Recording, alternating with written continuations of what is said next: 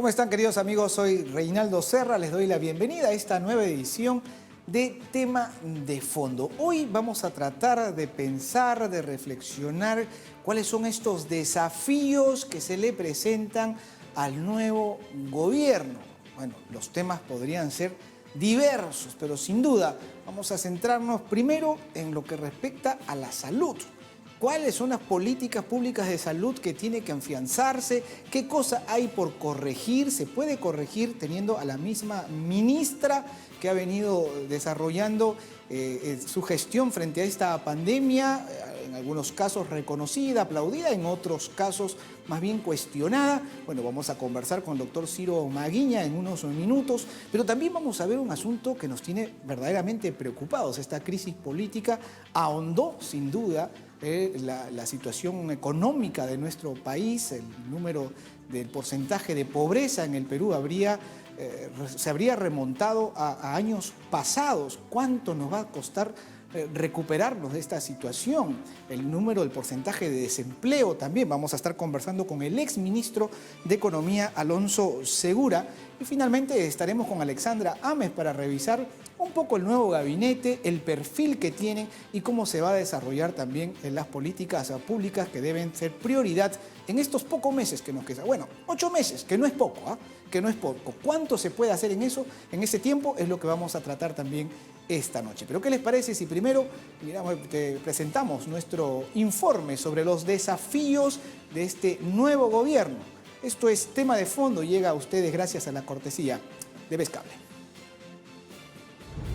El siguiente paso es asumir una tarea muy importante. Sobre sus hombros, Francisco Sagasti carga una mochila muy pesada. Tiene la ayuda de su gabinete, aunque los expertos señalan que no sería de ancha base, tal como lo garantizó el propio Sagasti. Es un gabinete que responde a su pensamiento, a su ideología.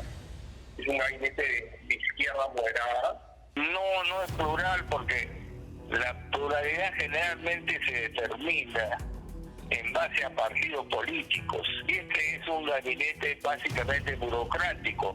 El gobierno de transición lo asume Francisco Sagasti en pleno estado de emergencia. Tiene 2 tareas muy importantes que desempeñar. La primera es afrontar la pandemia. Respecto al sistema de salud, hay muchas expectativas sobre el retorno de Pilar Mazzetti en el sector. El analista Agustín Figueroa espera que haya aprendido de sus errores.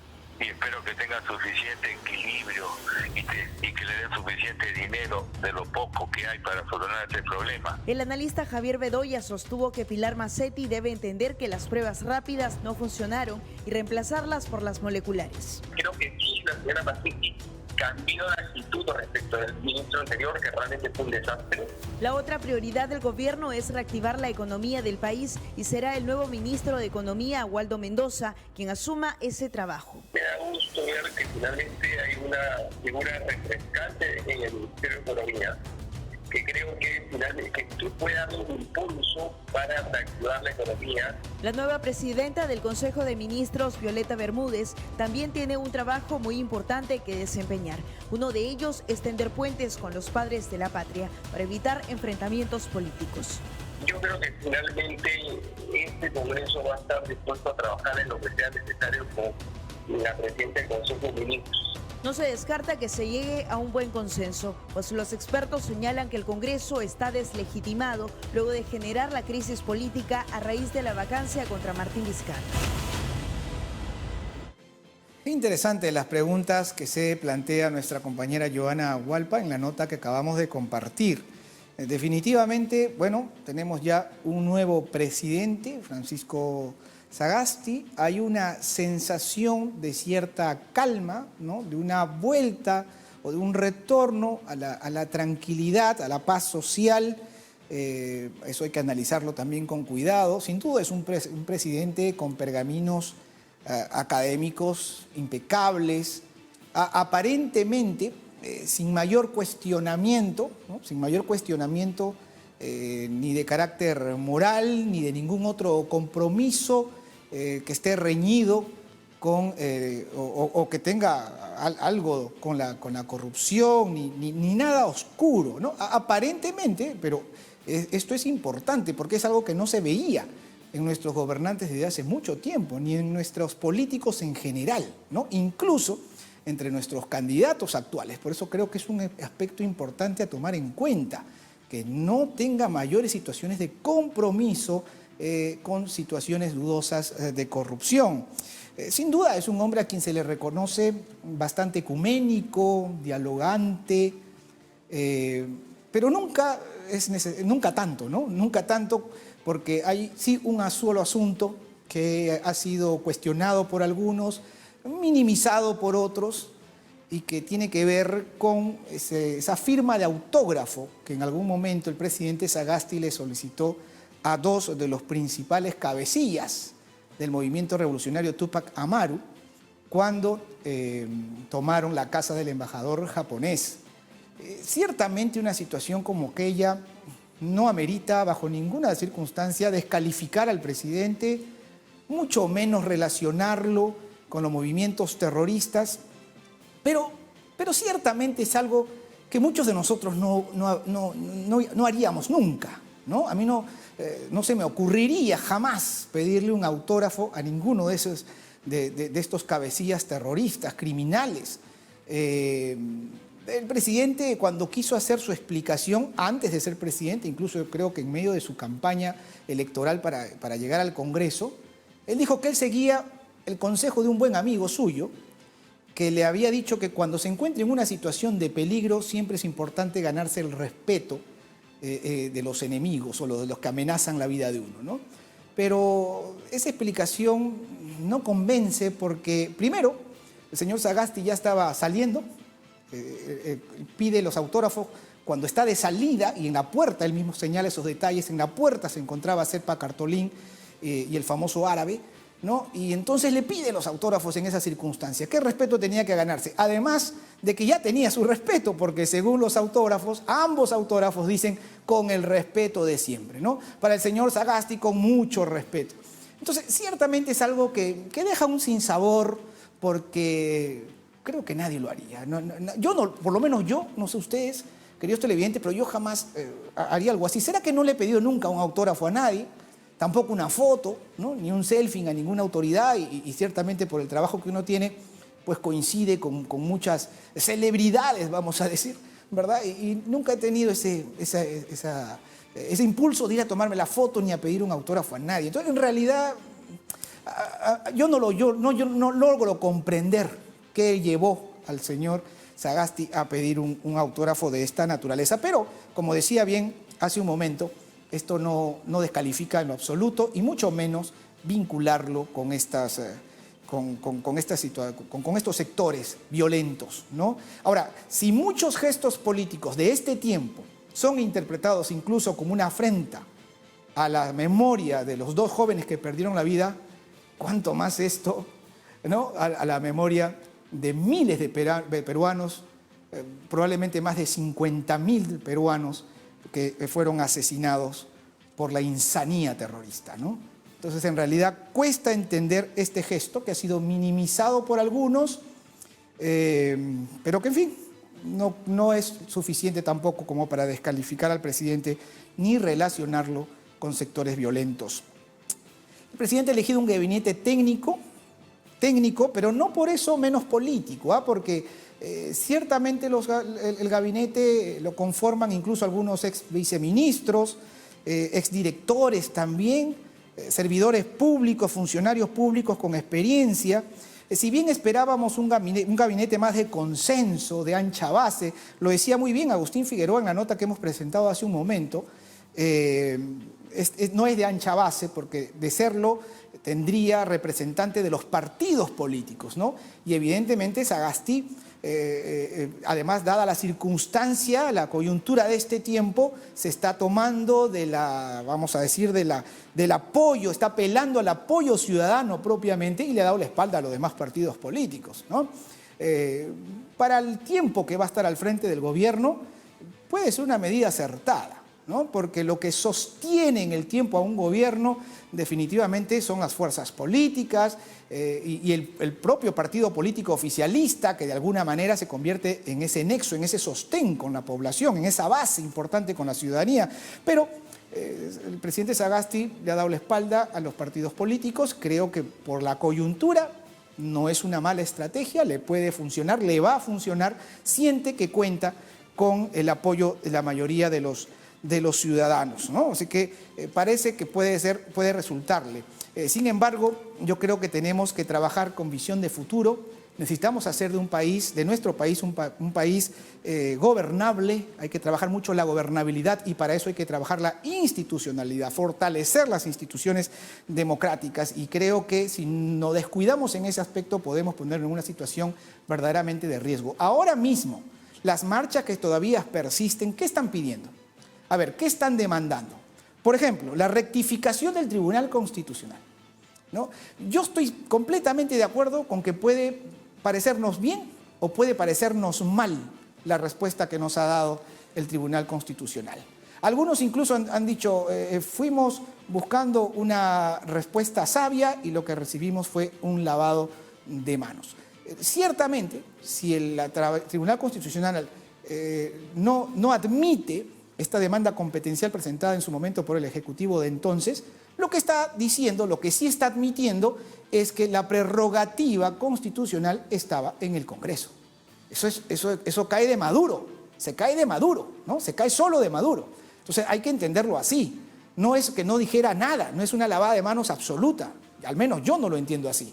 Porque ¿qué nos está diciendo entonces? Que el Congreso tenía la prerrogativa para deliberar e interpretar y decidir respecto a esta figura de la vacancia moral permanente. Eso es lo que nos está diciendo. Podemos estar de acuerdo, puede gustarnos, puede o no. Esperábamos un Salomón y tenemos un Pilatos, dicen algunos. Bueno, pero es lo que ha determinado el Tribunal Constitucional. Y en aras de la democracia y en aras del orden constitucional no podemos exigir una rectificación. Entonces, ¿qué es esto?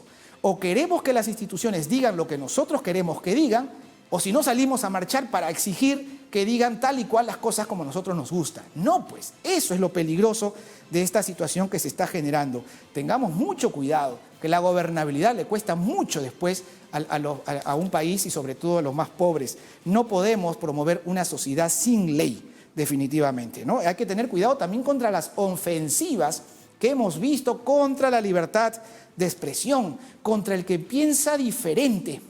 Y eso es un problema. En este tiempo de posverdad, de afirmaciones postfácticas que prácticamente se aceptan sin mayor refutación, en donde prácticamente se impone un pensamiento único y el que no está de acuerdo es un marginal, es cuando más necesitamos de pluralidad. Más necesitamos de pluralidad. No podemos exigirle objetividad a los periodistas plenamente. Eso es un mito.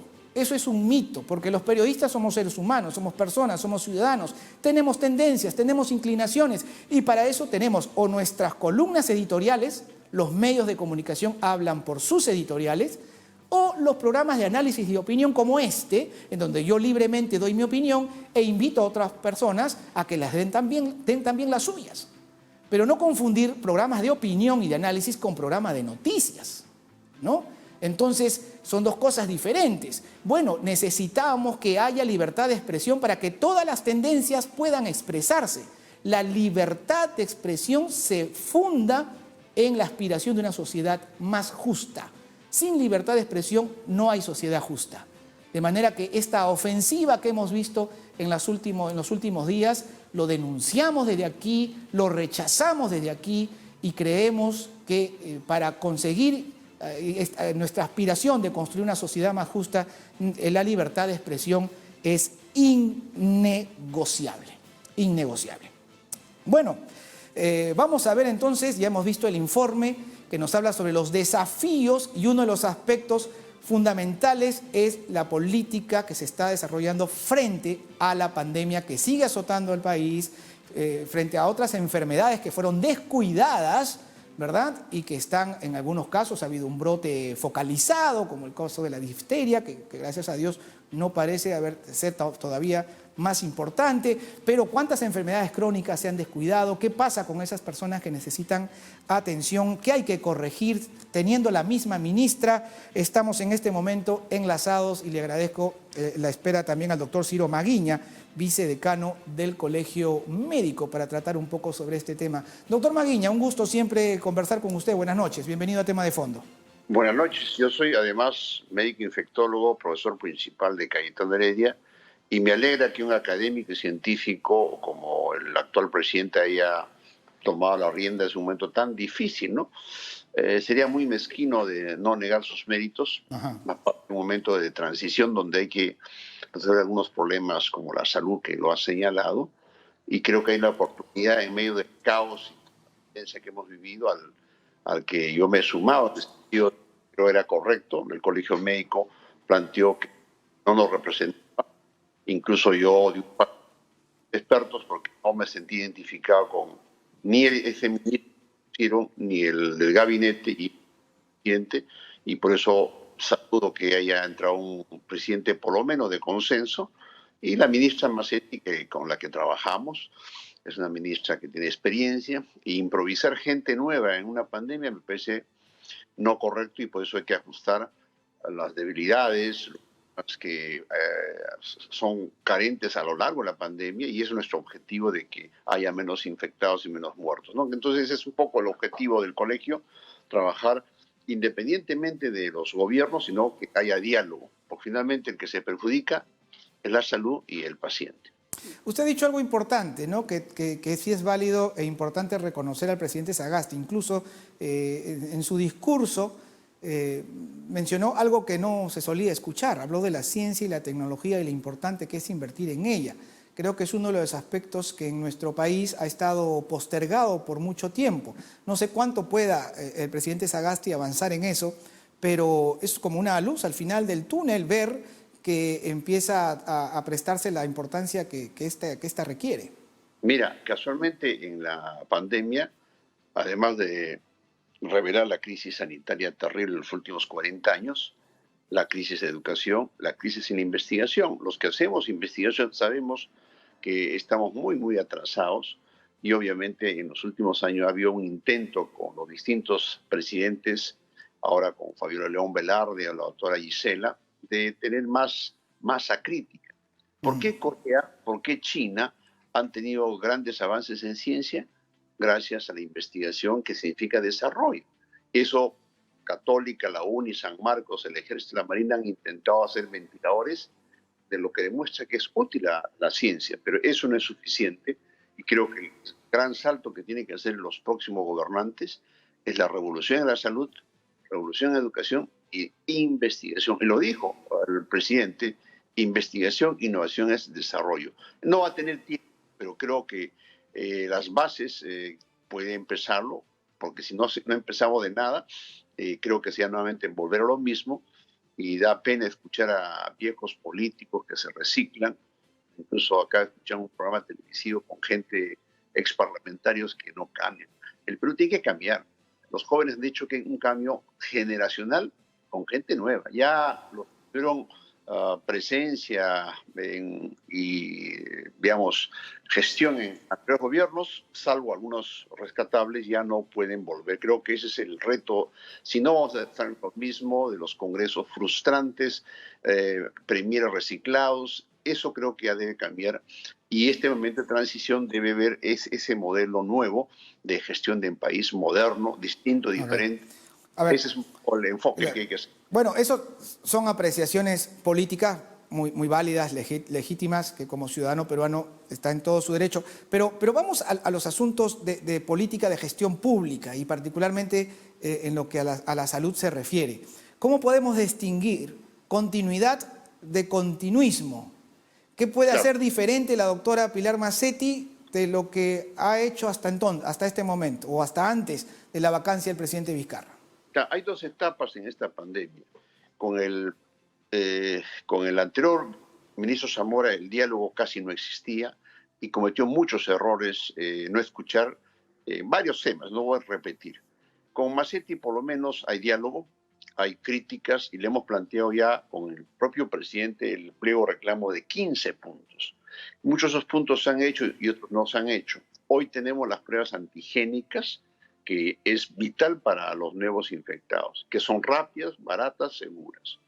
Hoy tenemos que entender que el personal que ha sido preparado y entrenado debe ser protegido y sostenido para los siguientes meses.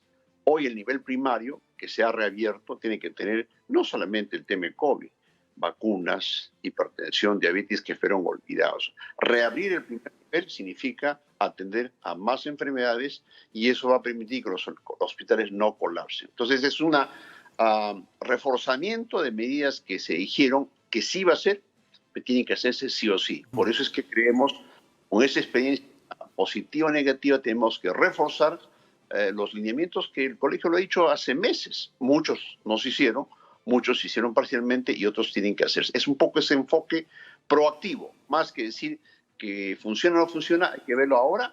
Por ejemplo, acabo de escuchar una noticia muy buena. Los equipos de respuesta rápida en Chiclayo trabajaron de manera coordinada con las bases y lograron que bajara la mortalidad cuando participaron junto con las postas, los centros de aislamiento, la terapia, el oxígeno. Fíjate, hay estrategias que se han adquirido en Ancash, en San Borja, que hay que rescatarlo y difundirlo en todo el Perú. Un poco ese es el mensaje, porque ya tenemos experiencia adquirida, pero hay cosas que reforzar que he señalado en la primera parte de mi respuesta.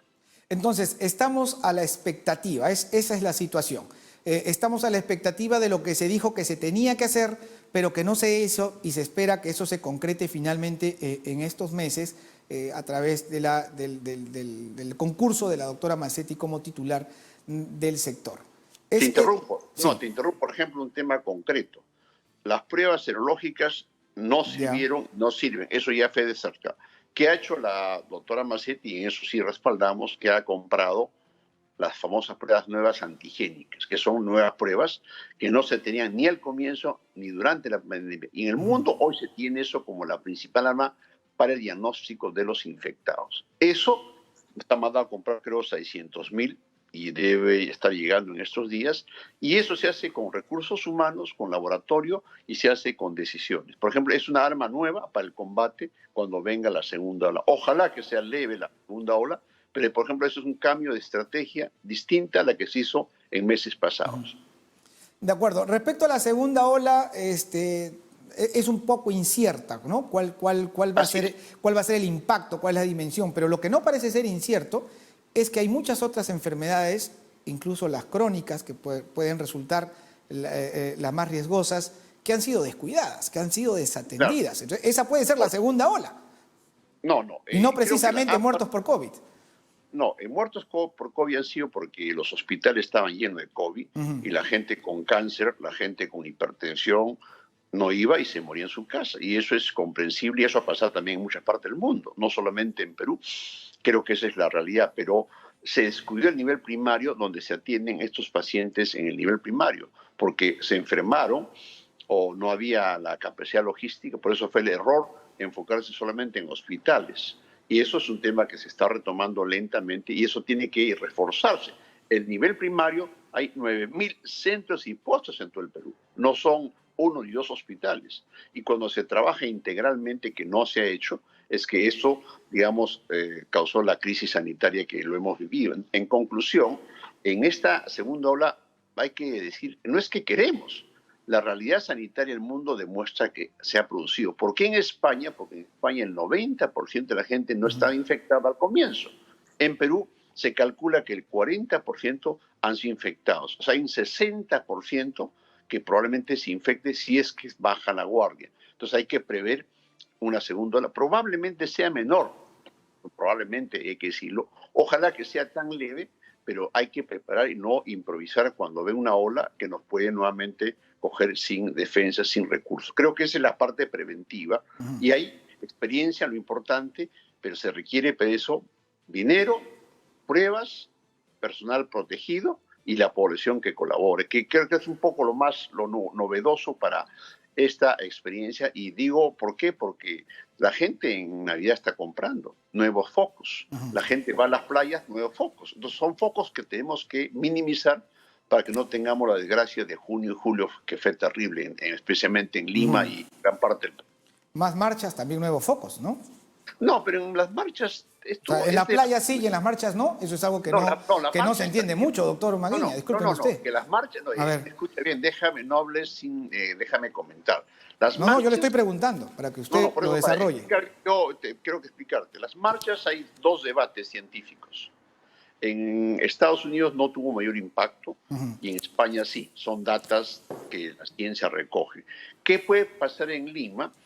Ha habido marchas en todo el Perú pacíficas, tranquilas, con distanciamiento, probablemente eso no tenga impacto. En cambio, en Lima, los días duros, donde ha habido represión, bombas lacrimógenas, eso sí ha generado el factor del aerosol, puede generar, y veremos en 2 semanas si en Lima eso aumenta. Por eso la única forma de demostrar que aumenta o no son las datas científicas. Yo lo que creo es que, en general, cuando son marchas pacíficas en el aire, la chance es más baja. Eso es un poco el concepto científico. De acuerdo. Muchas gracias, doctor Maguiña. Gracias por este enlace con nosotros.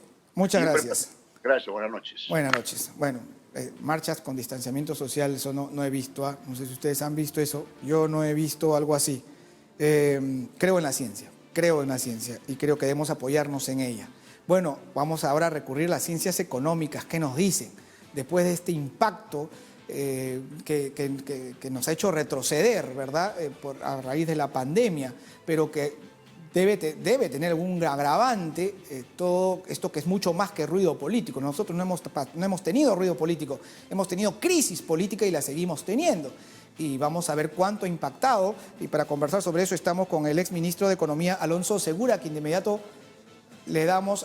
me dicen que estamos conectando todavía. Vamos a esperar entonces para poder conversar con el exministro de Economía. Sin duda es uno de los aspectos intrascendentales que también tenemos que ver y qué puede hacer este gobierno por los próximos 8 meses para esta ansiada reactivación económica, de la cual no vimos nada con el presidente Vizcarra. Nada, ¿no? Lo que pasó es que la gente salió porque tenía que salir a trabajar, no soportaba más, el Perú no resistía más una situación como la que vivíamos, salió a trabajar y eso evidentemente generó una reactivación, pero no fue producto de la gestión. Eso queremos que también nos los esclarezca el exministro de Economía, Alonso Segura, quien ya tenemos conectado. Buenas noches, bienvenido a Tema de Fondo. Buenas noches, gracias por la invitación. Gracias también. Bueno, la primera pregunta de rigor, creo yo. Se ha hablado mucho sobre cuánto ha impactado en nuestra economía, lo que nos va a costar recuperar luego de esta pandemia de la que aún no salimos, pero a la pandemia, a la recesión producida, al desempleo producido, la crisis política, ¿cuánto más la ha afectado en términos reales?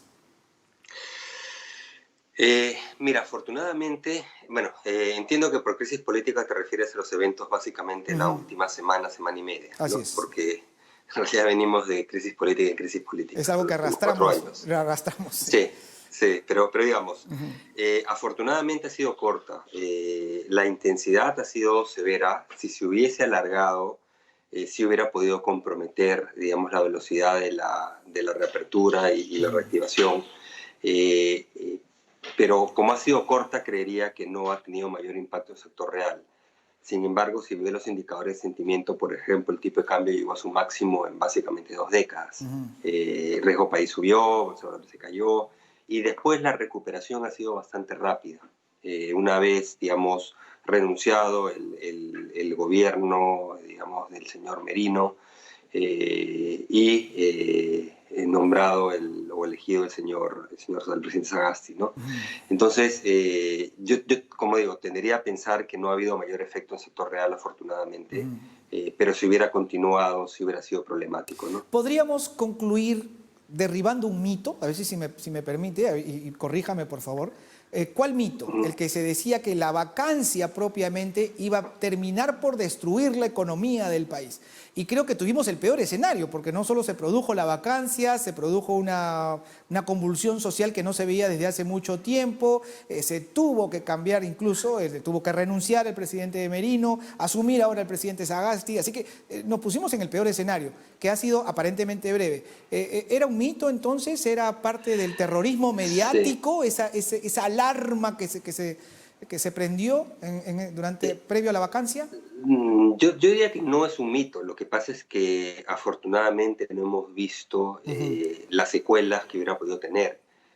Ciertamente el impacto fue mucho más significativo en indicadores de sentimiento, por ejemplo, de los intentos de vacancia y renuncia del presidente Kuczynski. En ese momento no pasó nada. De hecho, al día siguiente de la renuncia, el tipo de cambio bajó, la bolsa subió.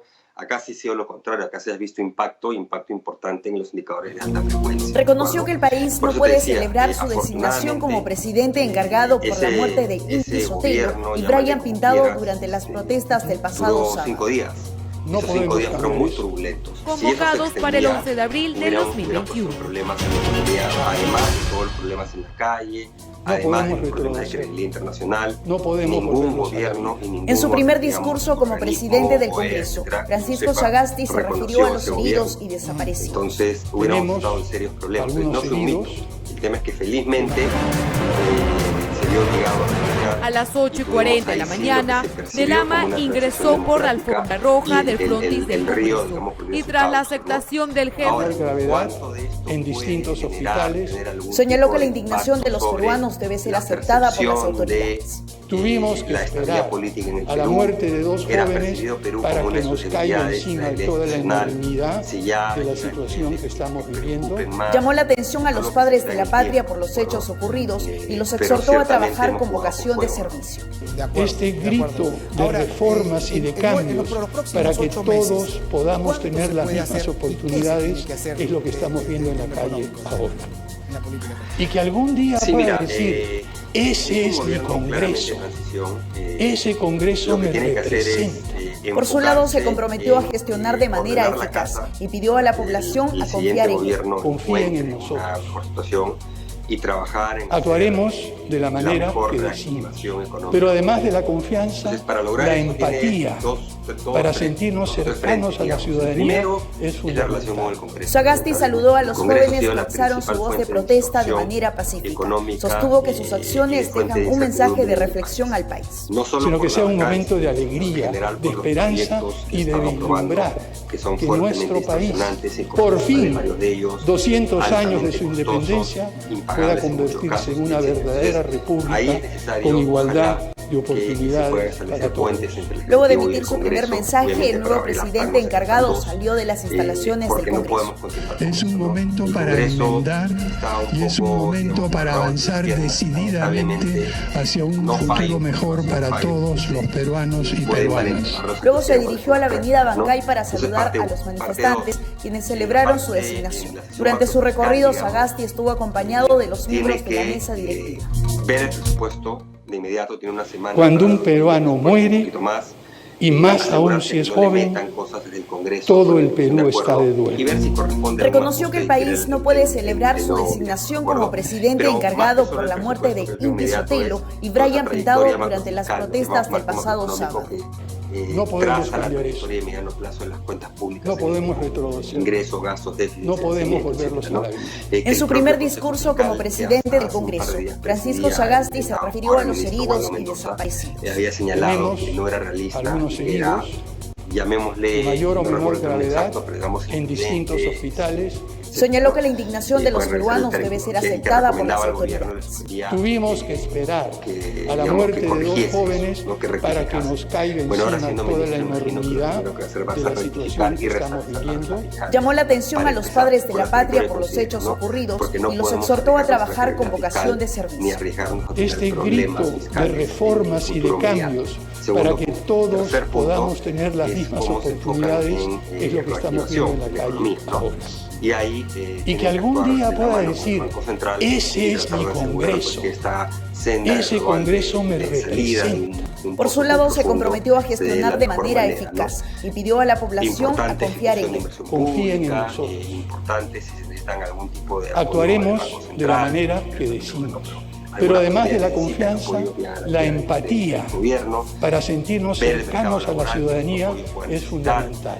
Sagasti saludó a los jóvenes que alzaron su voz de protesta de manera pacífica. Sostuvo que sus acciones dejan un mensaje de reflexión al país. Sino que sea un momento de alegría, de esperanza y de vislumbrar que nuestro país, por fin, 200 años de su independencia pueda convertirse en una verdadera república con igualdad de oportunidades para todos. Luego de emitir su primer mensaje, el nuevo presidente encargado salió de las instalaciones del Congreso. Es un momento para enmendar y es un momento para avanzar decididamente hacia un futuro mejor para todos los peruanos y peruanas. Luego se dirigió a la avenida Bancay para saludar a los manifestantes, quienes celebraron su designación. Durante su recorrido, Sagasti estuvo acompañado de los miembros de la mesa directiva. Es ordenar la casa. Cuando un peruano muere, y más aún si es joven, todo el Perú está de duelo. Reconoció que el país no puede celebrar su designación como presidente encargado por la muerte de Inti Sotelo y Brian Pintado durante las protestas del pasado sábado. No podemos cambiar eso. No podemos retroceder. Más allá de los temas no podemos volverlos a la vida. En su primer discurso como presidente del Congreso, Francisco Sagasti se refirió a los heridos y desaparecidos. Tenemos algunos heridos, entre otras cosas, no más de allá mayor o menor gravedad, en distintos hospitales. Señaló que la indignación de los peruanos debe ser aceptada por las autoridades. Tuvimos que esperar a la muerte de dos jóvenes para que nos caiga encima toda la enormidad de la situación que estamos viviendo. Llamó la atención a los padres de la patria por los hechos ocurridos y los exhortó a trabajar con vocación de servicio. Este grito de reformas y de cambios para que todos podamos tener las mismas oportunidades es lo que estamos viendo en la calle ahora. Y que algún día pueda decir, ese es mi Congreso, ese Congreso me representa. Por su lado, se comprometió a gestionar de manera eficaz y pidió a la población a confiar en él. Mira, va a llegar gradualmente. Cuando hablamos de la macro también actuaremos de la manera que decimos. Pero además de la confianza, la empatía para sentirnos cercanos a la ciudadanía es fundamental. Sagasti saludó a los jóvenes que alzaron su voz de protesta de manera pacífica. Sostuvo que sus acciones dejan un mensaje de reflexión al país. Sino que sea un momento de alegría, de esperanza y de vislumbrar que nuestro país, por fin, 200 años de su independencia, pueda convertirse en una verdadera república con igualdad de oportunidades para todos. Luego de emitir su primer mensaje, el nuevo presidente encargado salió de las instalaciones del Congreso. Es un momento para enmendar y es un momento para avanzar decididamente hacia un futuro mejor para todos los peruanos y peruanas. Luego se dirigió a la avenida Bancay para saludar a los manifestantes, quienes celebraron su designación. Durante su recorrido, Sagasti estuvo acompañado de los miembros de la mesa directiva. Cuando un peruano muere, y más aún si es joven, todo el Perú está de duelo. Reconoció que el país no puede celebrar su designación como presidente encargado por la muerte de Inti Sotelo y Brian Pintado durante las protestas del pasado sábado. Cuando das 8 millones no podemos cambiar su puesto de trabajo, puede ser. Ahora no que podemos retroceder, ciertamente no. No podemos volverlos a la vida. En su primer discurso como presidente del Congreso, Francisco Sagasti se refirió a los heridos y desaparecidos. Pasemos la página. Tenemos algunos heridos, pero va a tener que escoger de mayor o menor gravedad en distintos hospitales. Señaló que la indignación de los peruanos debe ser aceptada por las autoridades. Tuvimos que esperar a la muerte de dos jóvenes para que nos caiga encima toda la enormidad de la situación que estamos viviendo. Llamó la atención a los padres de la patria por los hechos ocurridos y los exhortó a trabajar con vocación de servicio. Este grito de reformas y de cambios para que todos podamos tener las mismas oportunidades es lo que estamos viendo en la calle ahora. Y que algún día pueda decir, ese es mi Congreso, ese Congreso me representa. Por su lado, se comprometió a gestionar de manera eficaz y pidió a la población a confiar en él. Confíen en Gracias también. Conversábamos entonces con el exministro de Economía, Alonso Segura, ¿no? Son estos pilares, sin duda, importantes que tenemos: la salud, la economía, cuánto se puede hacer en 8 meses, qué medidas correctivas se tienen que tomar, ustedes lo han escuchado. Hay bastantes asuntos que sin duda nos preocupan. Nos vamos a ir a una pausa, vamos a volver en breve nomás con lo último del programa. Vamos a estar conversando con Alexandra Ames. Vamos a revisar un poco el gabinete, los desafíos que tienen y cómo hacer para que todo esto que solemos hablar aquí, ¿verdad?, se traduzcan en políticas públicas eficaces que impacten verdaderamente en la economía de la gente, en la calidad de vida de la gente, en la igualdad de oportunidades de la gente. Para tratar sobre eso después de la pausa.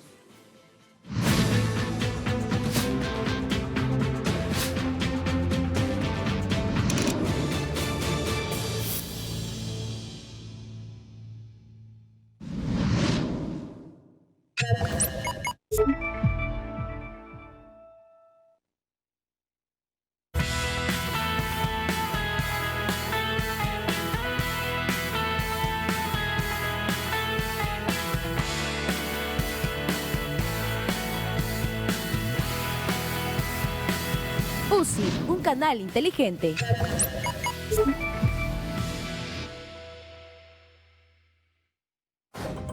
¿Tienes una denuncia o emergencia? Queremos escucharte. Comunícate a nuestro WhatsApp y cuéntanos tu caso. Nuestro equipo se pondrá en contacto a la brevedad. UCI, un canal inteligente.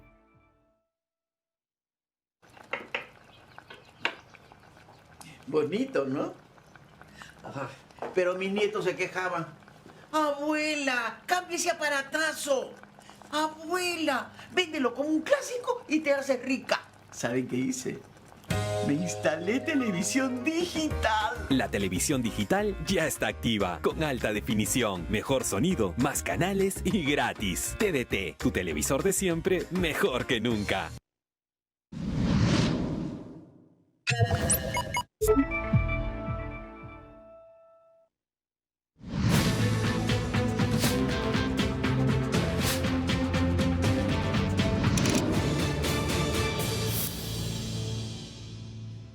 Estamos de regreso, esto es tema de fondo.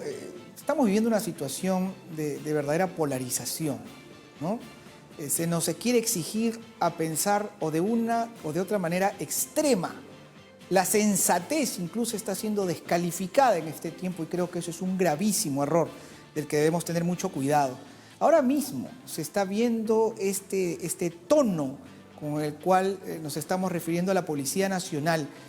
Aquí y personalmente hemos sido muy enérgicos, ¿no?, al denunciar la represión con la que se actuó en las marchas de los últimos días, y hemos exigido una profunda investigación para dar con responsables y con responsables políticos también, si acaso se han dado órdenes de esa naturaleza, ¿no? Pero de allí, por ejemplo, entre las cosas que se están escuchando ya en estas últimas marchas posteriores a la asunción del presidente Sagasti, de, por ejemplo, derogar la ley de protección al policía. Es que ya nos olvidamos, por ejemplo, nos olvidamos del suboficial Miranda, nos olvidamos de él, nos olvidamos, y toda la población se indignó cuando metieron preso al suboficial Miranda después de hacer uso legítimo de su arma en un operativo frente a delincuentes,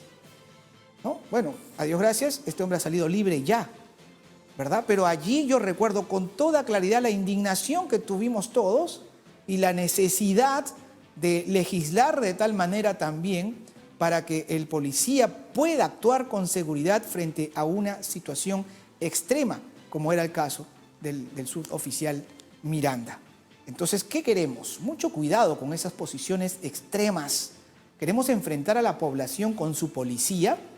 Después de que la aplaudíamos todos los días por la noche, ¿recuerdan a las 8 de la noche, cuando estábamos todos en cuarentena y aplaudíamos a los policías? ¿Y ahora qué? Entonces vamos a demandar, y muy enérgicamente, una investigación muy profunda, porque la represión que se vio, sí, definitivamente, atentó contra los derechos que todos los ciudadanos tenemos de hacer uso de nuestra ciudadanía, el ejercicio de nuestra ciudadanía, para protestar cuando sea necesario, cuando lo consideremos que deba ser, ¿no? Pero de allí a enfrentar a la sociedad con la policía y dejar al Estado en una situación de indefensión, para que no pueda ejercer el orden público, ya es otra cosa. Son de esos extremos que nadie entiende, pero que en el Perú se está poniendo mucho en práctica. Esa polarización que nada bien nos hace. Ahora sí, estamos ya con Alexandra Ames Brajkovic, ella es jefa del Observatorio de Políticas Públicas de la Universidad del Pacífico. Alexandra, bienvenida a Tema de Fondo. Hola Reinaldo, ¿qué tal? ¿Cómo estás? Encantada de estar aquí. Gracias, igualmente. Bueno, antes de mirar, entendemos que las políticas públicas tienen que impactar en la sociedad de manera eficaz, de manera real, para llevarles progreso, para llevarles igualdad de oportunidades, para llevarles desarrollo. Pero todo eso se desarrolla también dentro de un contexto político. ¿Cómo lees tú este contexto político en el que nos encontramos? ¿Cómo ves este gabinete, que ciertamente es un gabinete con muchos pergaminos, algunos de ellos con alta experiencia también en gestión pública? ¿Cuánto es lo que pueden hacer en este tiempo? Bueno, efectivamente, como has mencionado, es un gabinete, a mi juicio, de alto nivel. Creo que hay mucha gente preparada, no solamente por los cartones académicos, sino, como bien has mencionado, por la capacidad, o mejor dicho, por la experiencia en el sector público, por la experiencia en el sector en el que se encuentran hoy en día estos ministros. Creo que es fundamental que contemos con un gabinete que no haya llegado a aprender, porque dado los 8 meses que se tienen, pues no hay tiempo para aprendizajes, sino para empezar desde el día 1 a implementar las políticas públicas que se necesiten para enrumbar el país dentro del contexto de emergencia sanitaria, evidentemente de crisis económica y, por supuesto, de crisis política respecto a lo que hemos visto la última semana, ¿no? Entonces, desde mi perspectiva existen dos miradas. La primera es que es la de la continuidad, es decir, asegurar la estabilidad que habíamos perdido en la última semana y asegurar esta estabilidad de las políticas públicas en materia de crecimiento económico y de lucha contra la pandemia, pero al mismo tiempo también creo que es una oportunidad de un gobierno de transición, de que se puedan identificar aquellos cuellos de botella, aquellos procesos extra burocráticos que no generan necesariamente valor al resultado final, que es el ciudadano, ¿no? Que es mejorar la calidad de vida de los ciudadanos. Entonces, creo que el reto está primero por la continuidad y segundo en identificar aquellas fallas que viene teniendo el sistema de gobierno o particularmente la gestión pública para enrumbar el país y plantear una hoja de ruta que permita al próximo gobierno ya empezar a implementar los cambios de manera más robusta, más inteligente y, por supuesto, de alto impacto. Ahora, en este tiempo has hecho énfasis en su carácter transitorio del gobierno. ¿Se puede hacer algo más que sentar bases? ¿Algo más que eso en esta aspirada reforma del Estado que se viene postergando por tanto tiempo? Sí, a ver, lo que pasa es que tenemos desde el punto de vista estructural, tenemos varias fallas que se han identificado o se han desnudado a partir de la pandemia, ¿no? Como la alta informalidad, la alta desigualdad, la ausencia de una protección social que ha permitido de alguna manera que tengamos pues hoy en día 3 millones de nuevos pobres ante esta situación, ¿no? Es decir, hemos retrocedido 10 años en la lucha contra la pobreza por esta situación específica de pandemia. Entonces, sin lugar a dudas, necesitamos reformas muy importantes, pero desde mi criterio, tomando en cuenta que es un gobierno transitorio y en el que estamos en un contexto de crisis política y de inestabilidad, en donde no hay facilidad o no están las condiciones dadas necesariamente para generar consensos con el Congreso, mi consejo sería no trabajar o concentrarse en aquellas reformas que puedan polarizar. Ajá. Eso es importante, ¿no? Porque además este problema de la polarización que estamos experimentando es algo que venimos arrastrando desde hace mucho. Y yo decía en otro momento de este programa que la sensatez incluso es descalificada. Entonces, actuar con sensatez, teniendo en cuenta el ambiente político que vivimos. Sí, Sí, bueno, de hecho, las declaraciones del presidente Sagasti van en esa línea, ¿no? Él ha mencionado particularmente con el tema que está ahora en agenda de la posibilidad de contar con una nueva constitución. Él ha dicho que durante su gobierno pues no es un tema que realmente le corresponda trabajar, sino que ya tendría que esto ser analizado por el siguiente gobierno y por lo tanto tiene que ser discutido por los candidatos presidenciales. Creo que va a ser muy importante la postura que tenga cada uno de los candidatos presidenciales, porque no nos olvidemos que estamos en un contexto electoral y es un contexto electoral distinto a los demás, pues porque viene pues con crisis económica, crisis sanitaria, salimos de una crisis muy dura que nos ha golpeado muy duro a todos los peruanos, hemos perdido 2 vidas de jóvenes ciudadanos, ¿no? Entonces, es importante que los candidatos se pronuncien sobre las reformas que se deben trabajar para enrumbar el país, ¿no?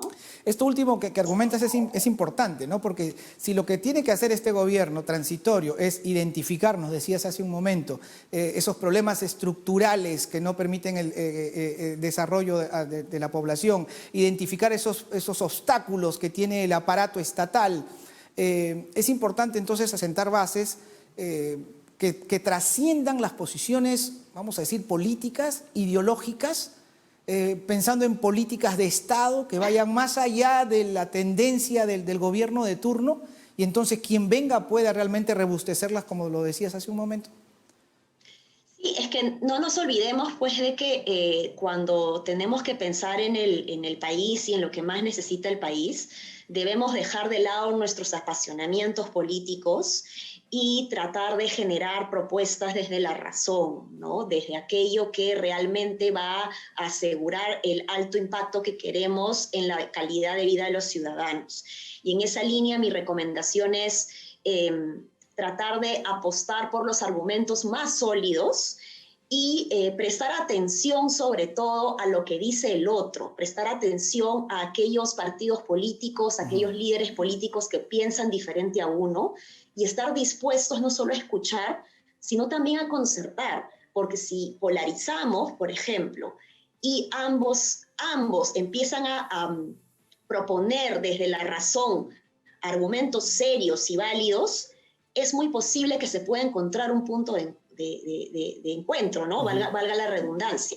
Pero cuando nos apasionamos ideológicamente y nos concentramos en ganar el debate sin ni siquiera tener argumentos sólidos, entonces pues se genera esta lucha de poderes que no nos llevan a nada, ¿no? El Congreso anterior se cerró justamente porque no había garantías de consenso, porque no se permitía esta posibilidad de que entre diversos partidos políticos puedan llegar a un consenso que permita el trabajo conjunto entre el Ejecutivo y el Legislativo. Entonces, hoy más que nunca necesitamos esta capacidad de escuchar al otro, de tratar de entender la postura del otro, para ver cómo es que podemos llegar a estos consensos que son sumamente necesarios en el país.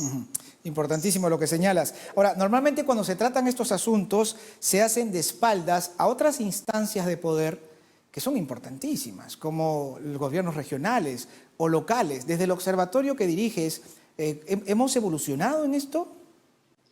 Bueno, nosotros desde el observatorio lo que hemos identificado a partir de los indicadores socioeconómicos que vinculan a la calidad de vida de los hogares es una absoluta desigualdad entre el mundo rural y el mundo urbano. Vemos que el crecimiento económico de alguna manera permite el progreso, la calidad de vida de muchas familias, de muchos hogares, pero no llega a todos necesariamente. Entonces ahí es donde necesitamos un Estado eficiente, efectivo, políticas públicas que realmente puedan ayudar a cerrar la brecha entre